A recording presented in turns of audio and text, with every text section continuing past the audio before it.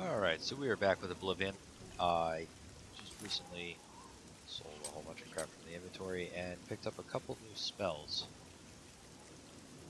This one, a bit more powerful, but the duration is less. And then this one, 50-second duration is nice.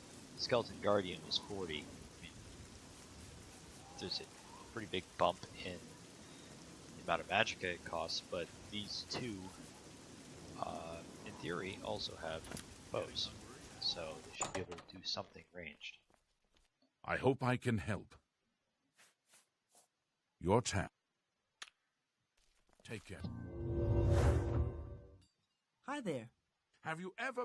My attention is focused on the council. Oh, fine. How are you? So while we're waiting on that, I do have this other quest for this. And I might as well give that a shot. Let's go south from the spire.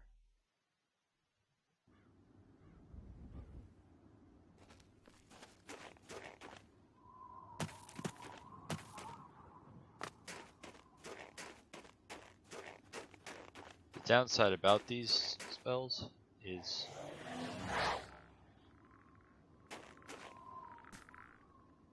burns a chunky amount of magicka just to summon them. But he's got a dwarven axe. That's not bad. As far as the champion goes,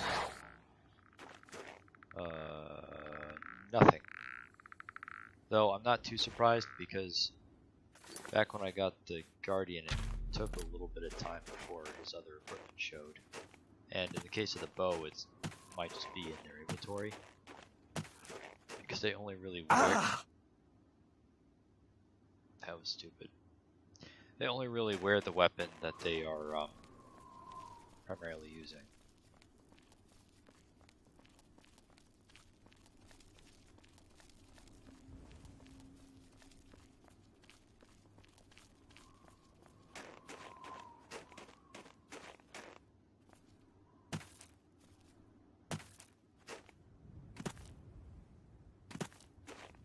But because of the magicka cost, you can't just wantonly throw out skellies like I had before.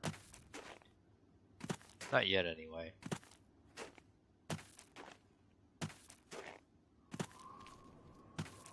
Get the intelligence willpower up, then I can.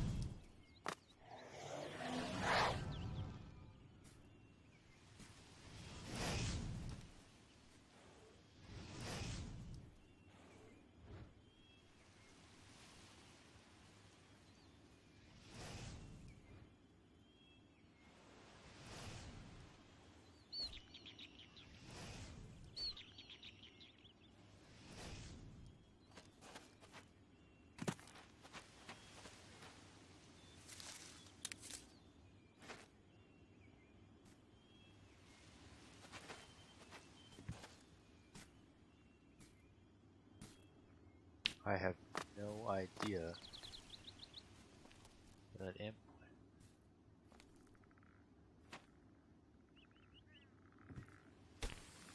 Well.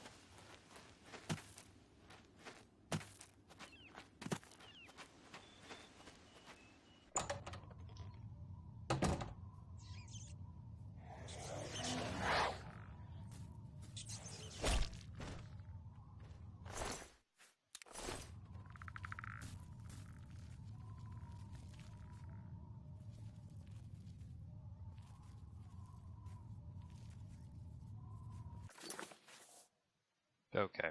If it's just rats, I am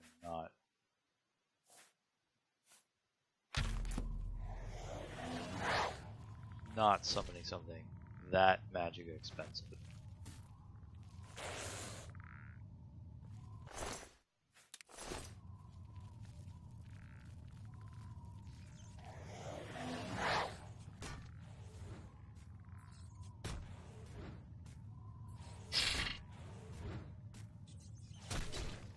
It was an interesting noise.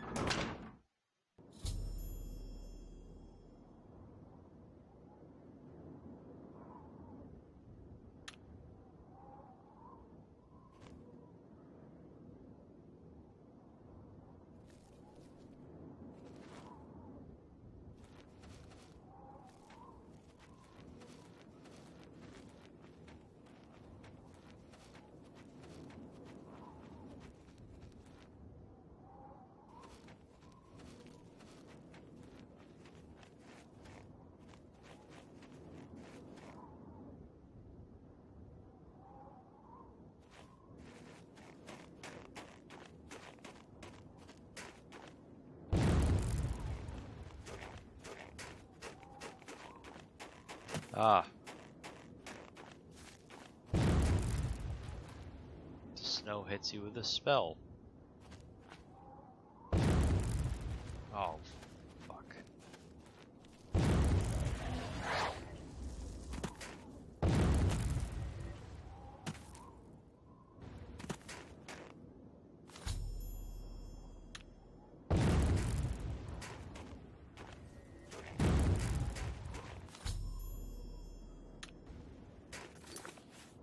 That was not the snow hitting me.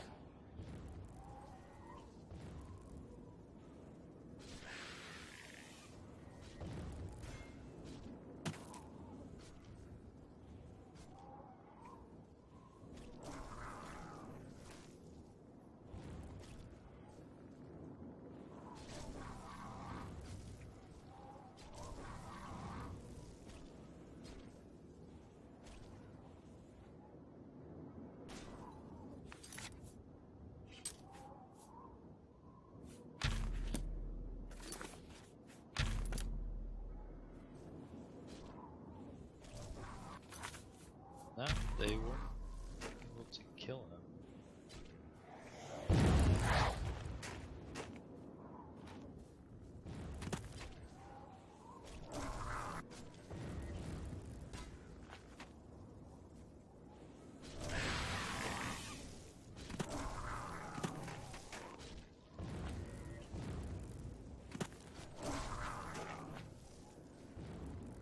There's one.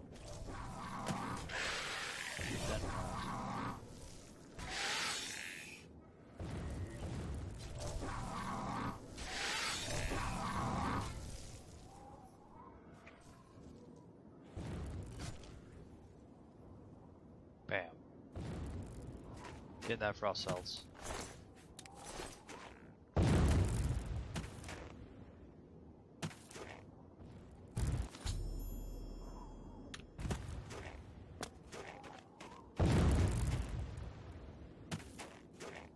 Alright, so safe up here. And this is garroted himself.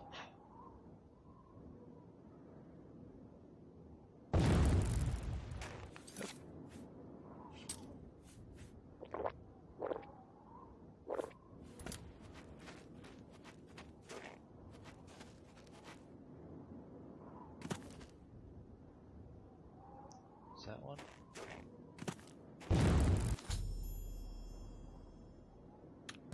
Yes. Yes, it is.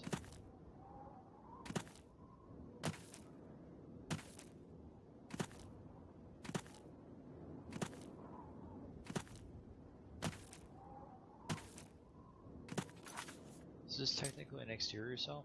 Yes, we will find. No, what is it?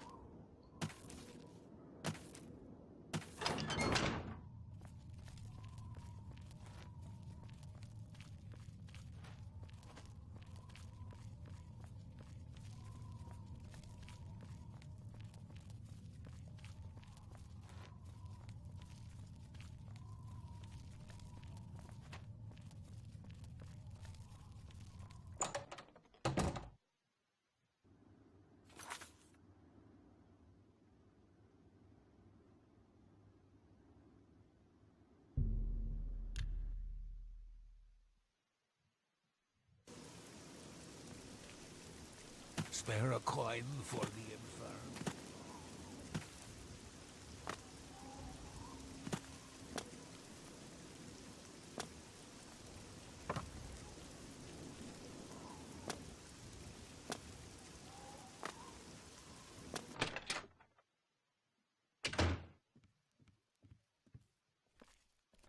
You look like you've seen some travel.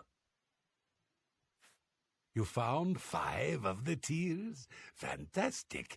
This turned out better than I expected. Perhaps a little bit of a bonus is in order. 800 gold. That's They're nice. the pride of my collection. Creepy smile. The tears look beautiful in my collection. 1,000 thanks once again.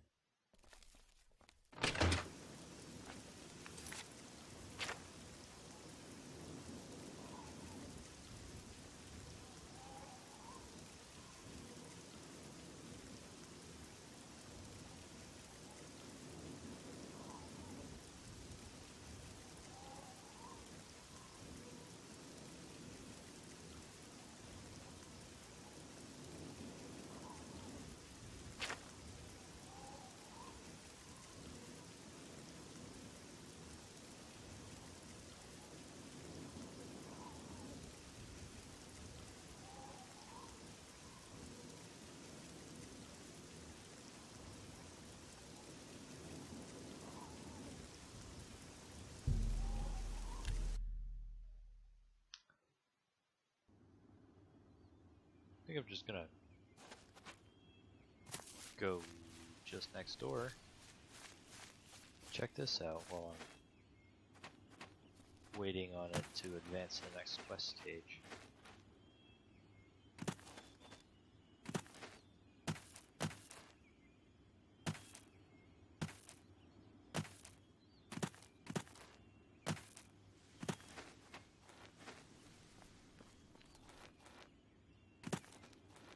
The Beast's Maw. Sounds promising.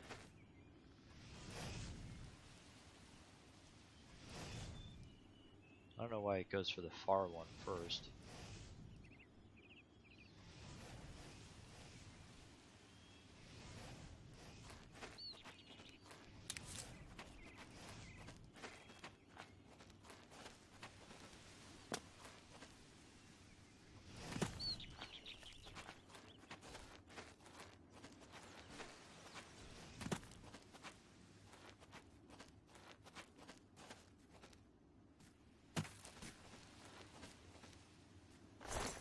also do kind of wish it would quit killing things where I can't find them.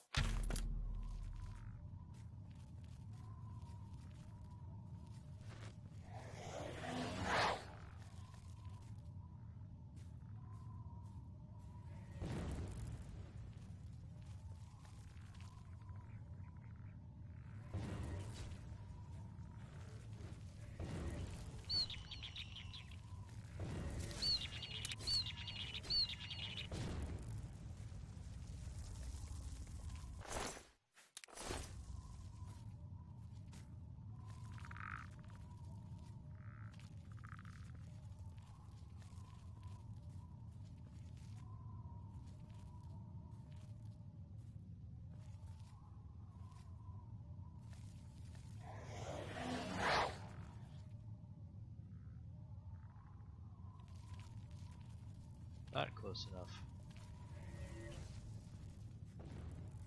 Oh, they are. Eh.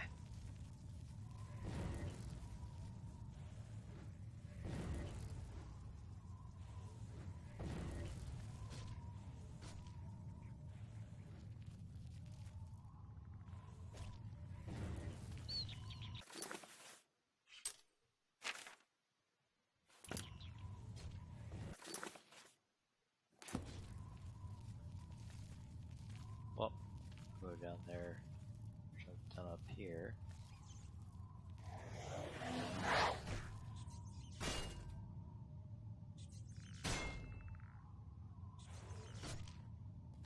Squish.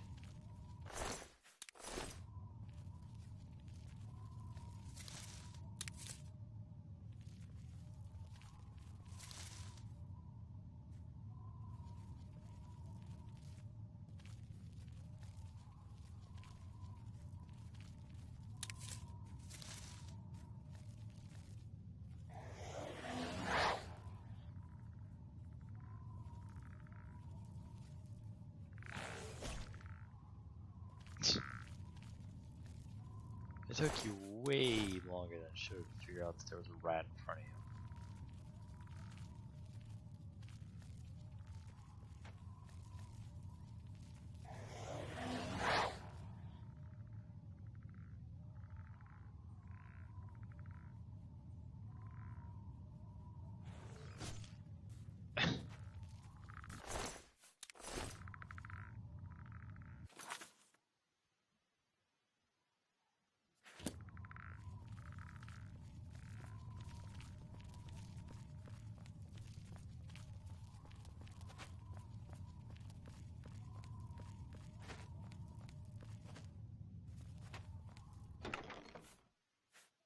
Ooh.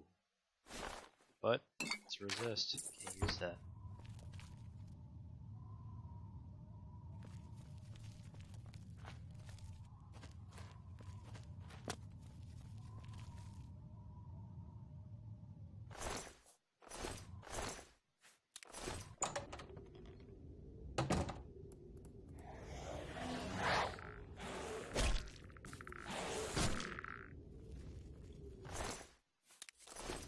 The deal with the resist is resist normal weapons is in effect. So the deal was not using that, so I can't just effectively make myself invincible. Because you could reflect damage, you could reflect damage. I think the cap is 85%. So you can make it so that 85% of damage gets reflected, or 85% chance. Can't remember which. But no, in Morrowind is a chance.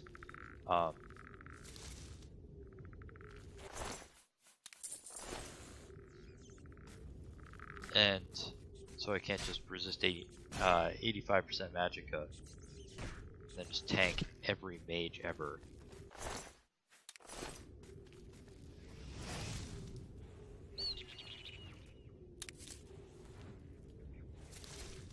Because without something in the way, there's a way to break just about every game mechanic.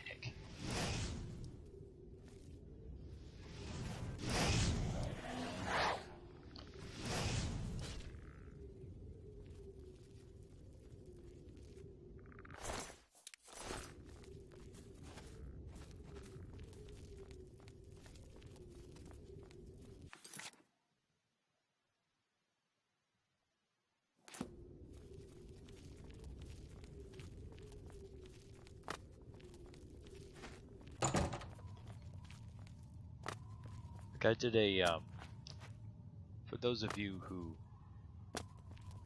don't actually know me personally, I did a fist-only Morrowind run, and it didn't end up completing the main quest, mostly because it was just game-breakingly powerful. Once you... In Morrowind, fists didn't do actual damage, they did fatigue damage until you knocked somebody down, and then they did actual damage, which means that it sounds like you'd be better off in Oblivion. Because in Oblivion you do actual damage in addition to fatigue damage, and you can knock people down, and you get the power attack effects like paralysis, stuff like that. But in Morrowind, oh my god, there were just a couple things that added up to it being ridiculously overpowered. For one, running, actual running, like this, drained fatigue. So, if you could run faster than your opponents, they would expend more fatigue than you were expending, just so that they could get to you. So you could kite, if your speed was high enough, you could kite everything around. Also, in Morrowind, the higher the encumbrance was, the more it affected the speed, which sounds simple because Oblivion does the same thing, but it was to such a higher degree in Morrowind. So, if you had light encumbrance, you could move faster. Also, character height was a slight thing, so if you were a Nord or an Orc, you actually did have a base running speed that was slightly higher. And that's just getting their fatigue down, right? But how do you get a higher running speed? Well, there was this artifact called Boots of the Blinding Speed, well, Boots of Blinding Speed, which was 100% blind and plus 200 points of speed for a permanent effect. So what you could do is you could make a resist magic 100%, equip the boots, and just resist magic 100% for 1 second. That's all you needed, because negative enchantment effects were only cast on the player on equip. So resist 100%, put the boots on. It only resists negative effects, so the blind is no longer a thing. Or you can counteract it with Night Eye. Counteract it with Night Eye, and that would work either. And you'd have just a flat 200 points of bonus speed on light armor, which meant that you were even faster than would have otherwise been. So the only way it could have been faster than that was if it was on just weightless shoes, or relatively weightless shoes. So with that, you're zooming around, and also given the fact that in Morrowind, hand-to-hand was not governed by strength.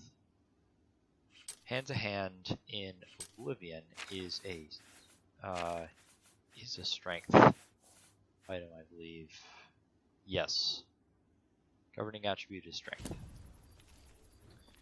So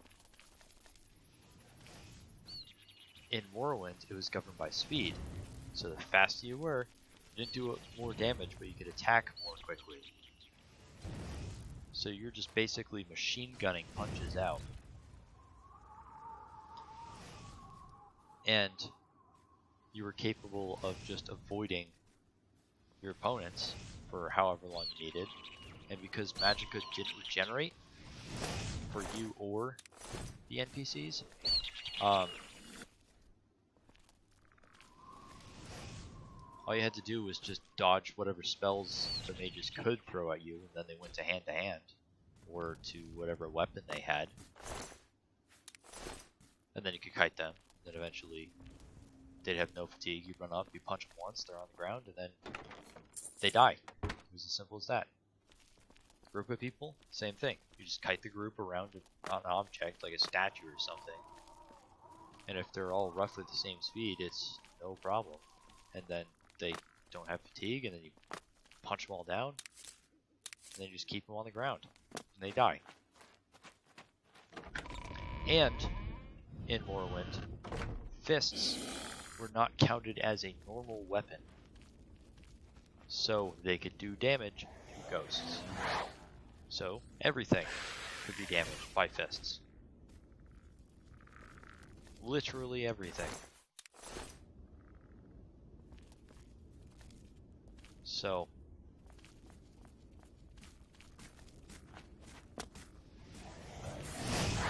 if you were going to try to make that not game breaking, you'd have to say no stat bonuses for speed.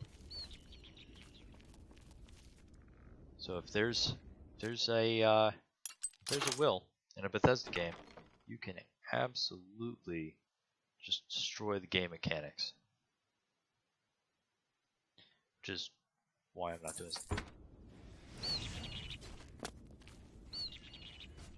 Not doing resist.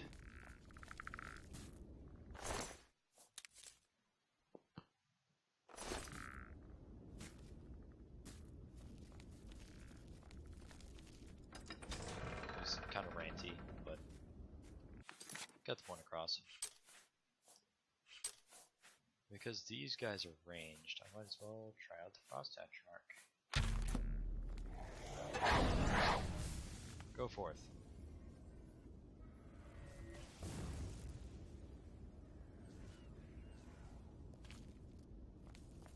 Nice.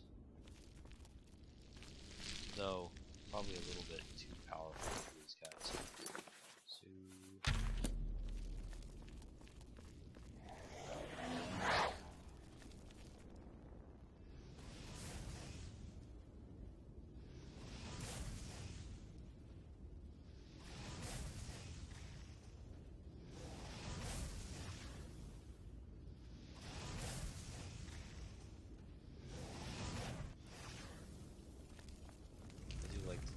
vertical fireball that makes them die.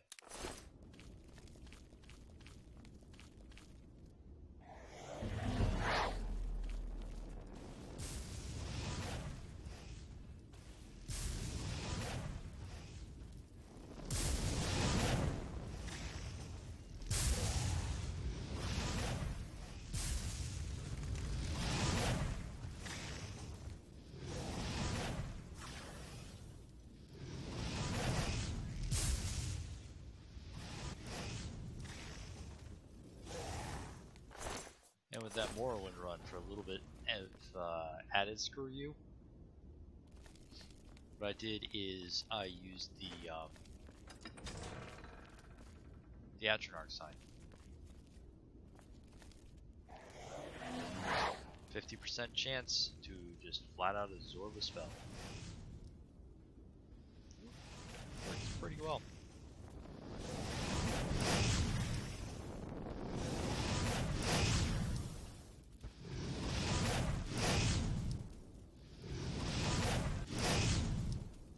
It could have been problematic if my character depended on magicka, but another thing about Morrowind is the fact that enchantments regenerate magicka on their own over time. So you could have a item that had a heal enchantment, and then use it often. Or, the best part, an invisibility enchantment, and then you could go invisible for, you know, with as high as your speed was, long enough to get out of detection of whatever it was. And then, by the time you needed to use it again, it was recharged.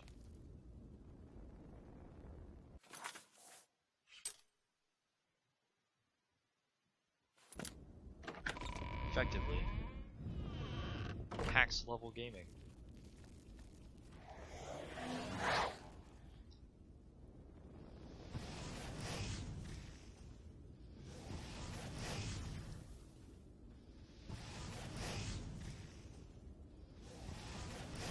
And also, given how high the base speed was, just book it around the mountain, just the landscape.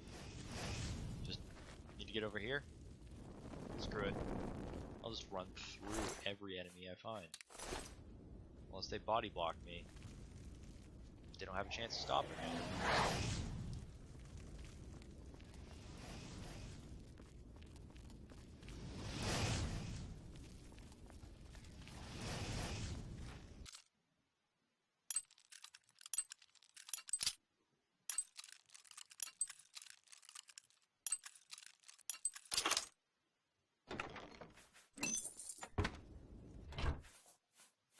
Sadly, that was before I had my current video card, so I don't have any videos showing this.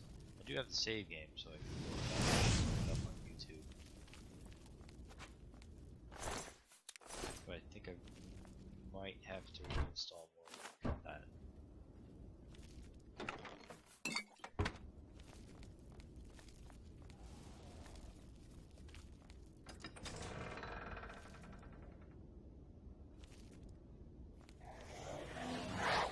So many imps here.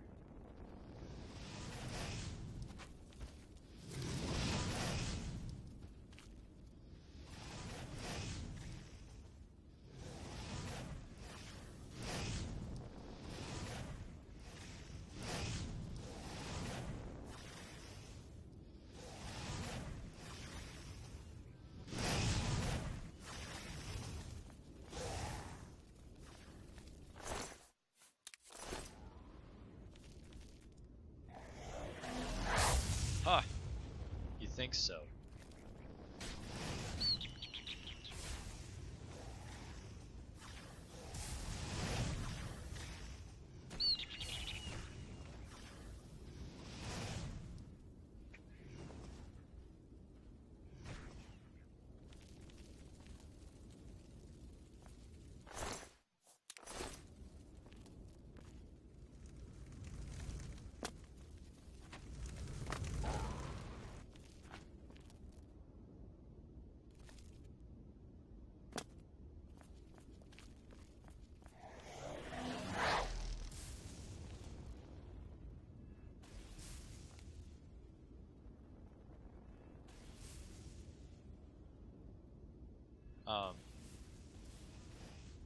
Oh, Hera's second lightning bolt.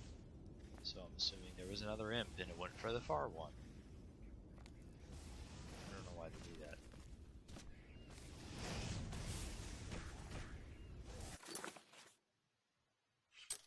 I have a feeling he's not going to finish it. So...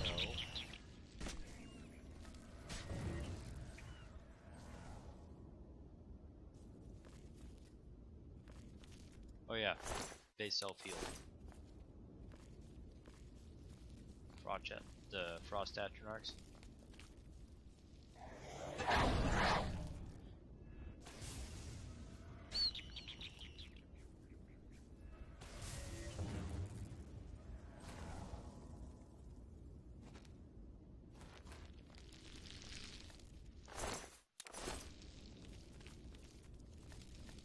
that with Frostcrag's Fire, I can make a Frost Atronach like permanent companion.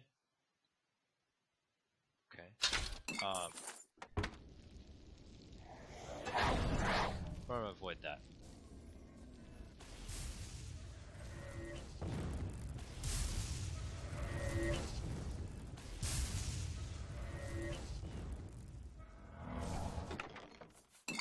Namely because I believe it would be slightly too powerful.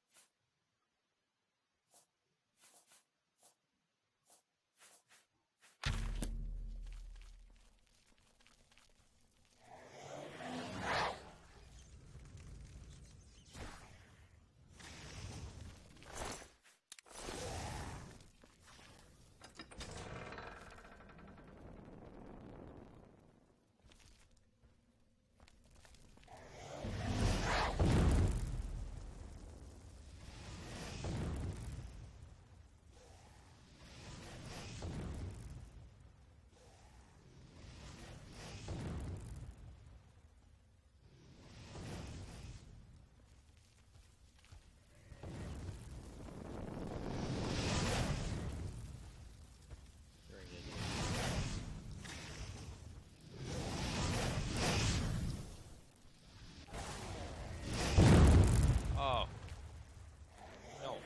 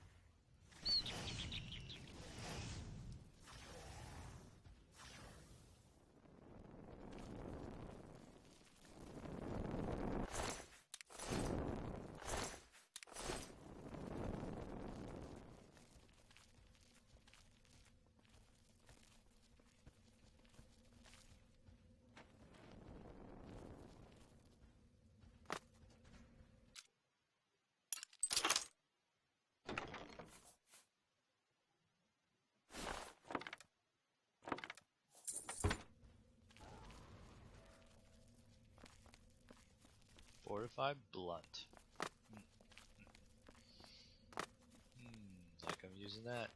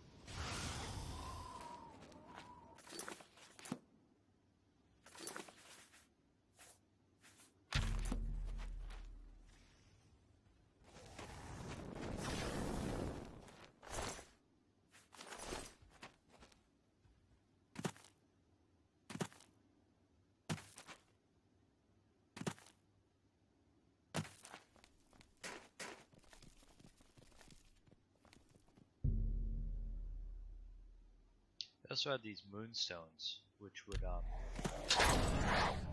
give you summon items for a while, but can't put the weapon away, otherwise it goes away. So at the moment, I've got some big ass fists.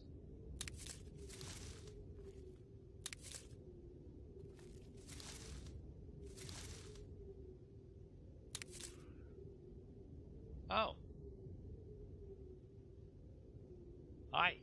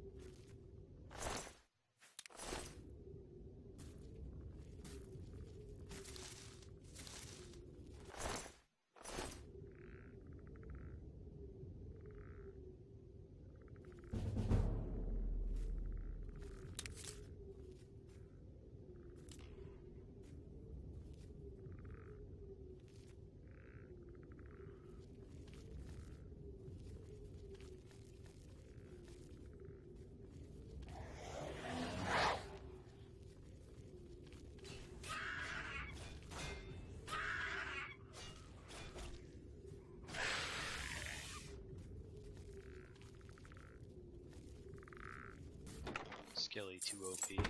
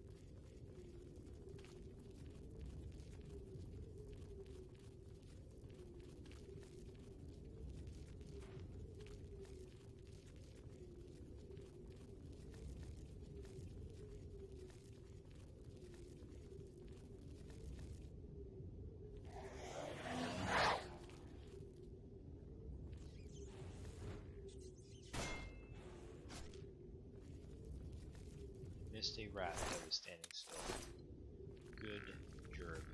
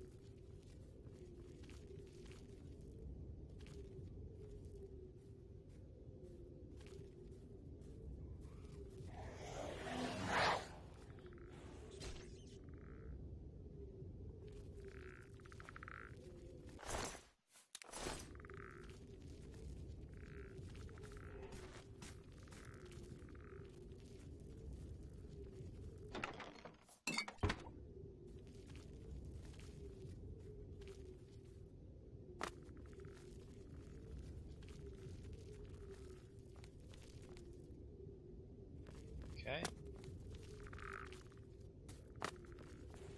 This one.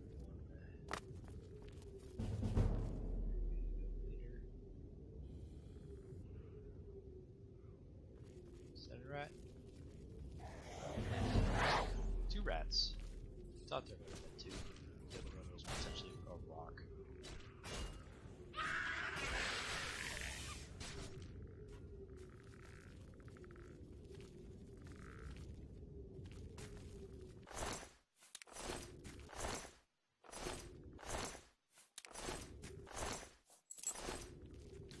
Goblins are also a great source of water mix, if I haven't said that before.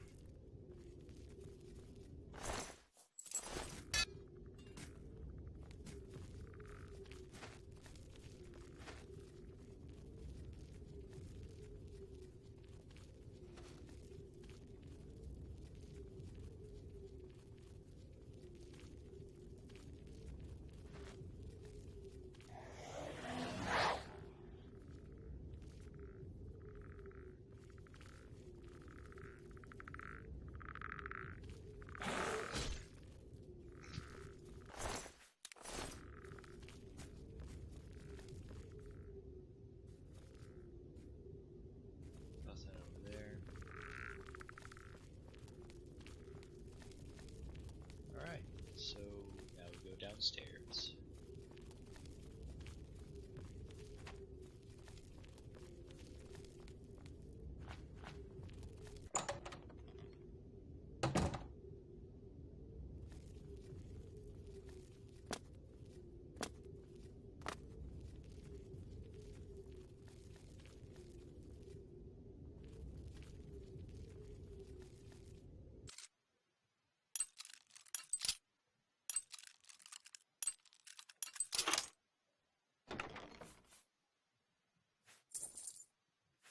Yeah, I'll carry it for now. Well, if I get over encumbered, first thing I'm dropping. Come on. Push. Push. You guys are touching.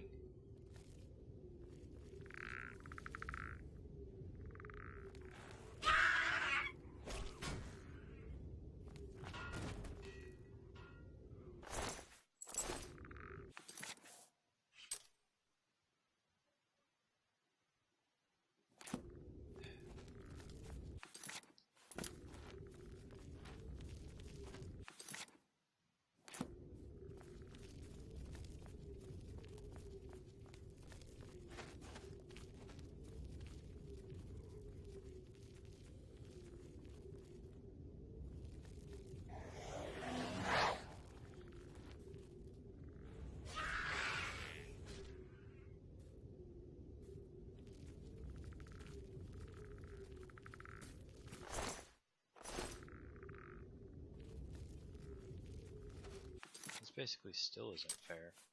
I'm gonna step down to normal skeleton for the rest of this.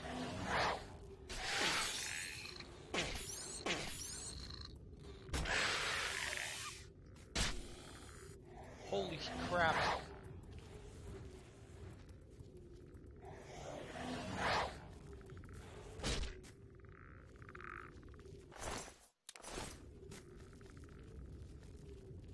That mud crab wrecked that skeleton.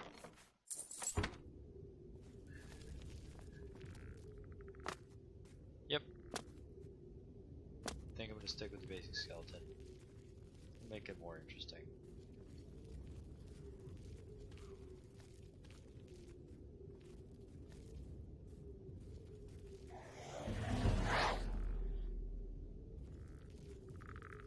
Push. Push.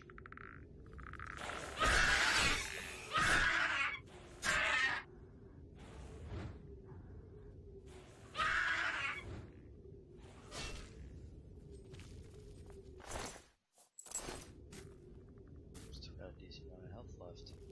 And how that mud crab just utterly destroyed it. I don't know.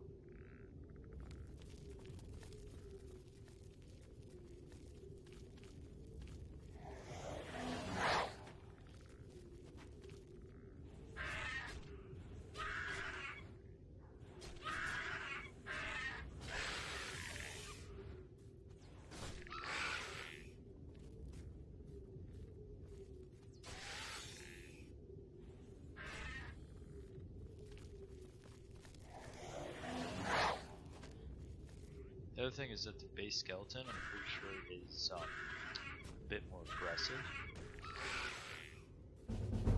because it can't block.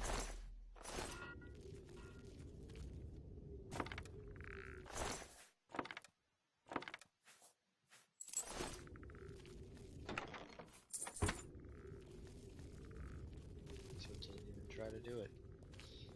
Even though in a lot of situations I have that guardian doesn't have to block. Because it can just pretty easily 1v1 whatever it's facing, but it does so anyway just to piss me off.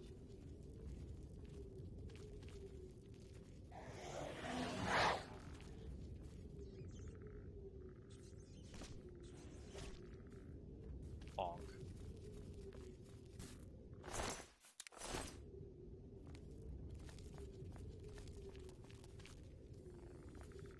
Redeem yourself. Yeah, there you go.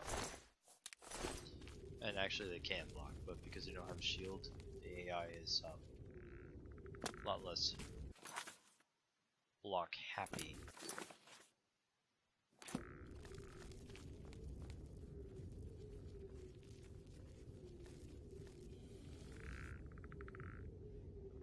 Come on. Come on.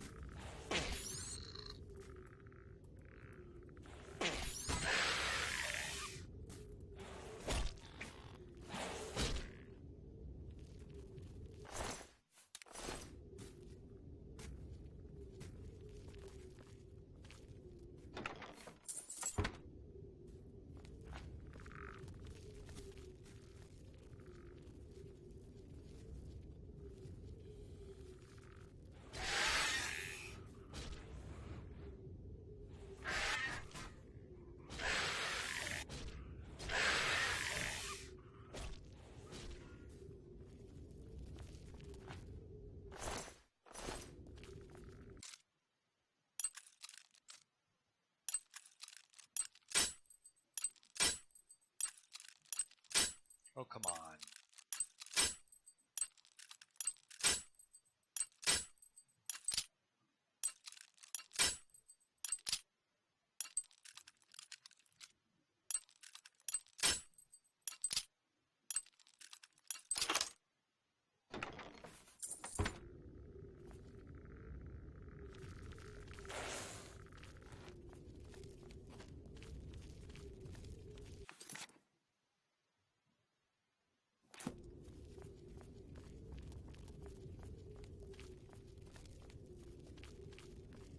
If this was Skyrim or Fallout lockpicking, I wouldn't lose a single pick to that. But it's not.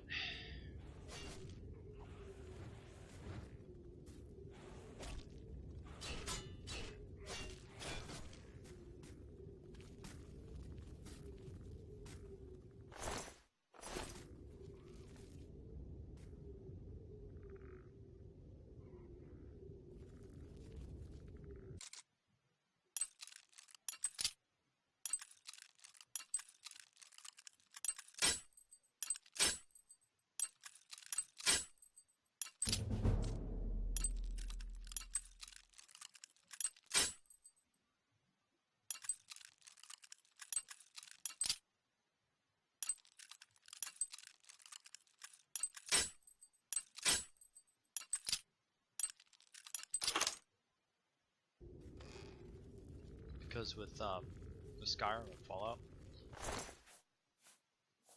even if you break a pick, you still learn something about the lock that helps you the next time. You learn more towards what the sweet spot is, and also where to start next time. But with Oblivion, you fail a lockpick, you're literally reset.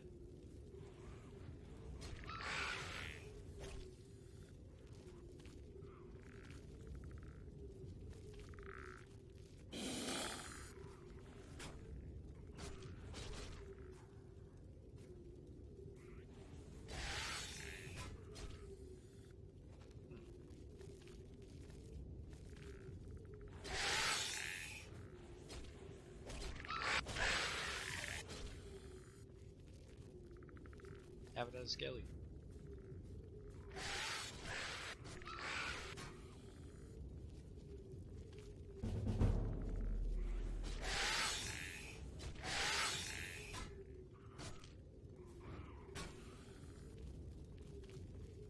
Have it as Skelly.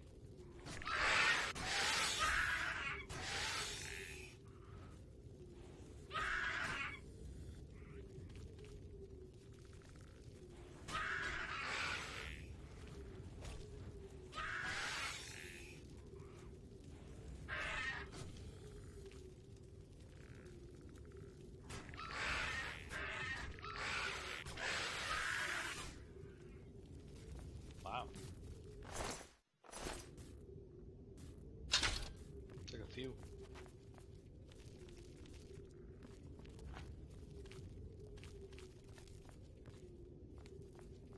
course, just about anything was improvement over Morrowind, because Morrowind...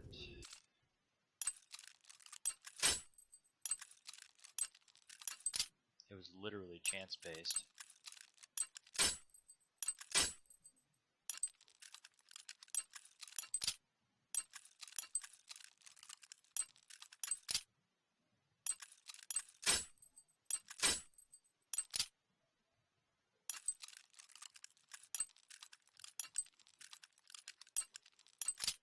Everything was chance-based in Morrowind. Casting spells. Yeah, I wish. Well, actually no. There were a couple things that weren't chance-based. Skill checks, because those were hard. Like hard-coded, not hard as in actually difficult.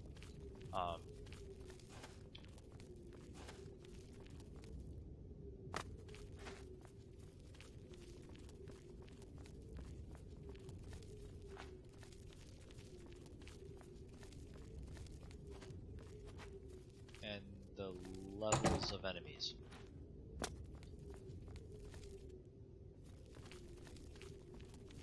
And that's it, actually.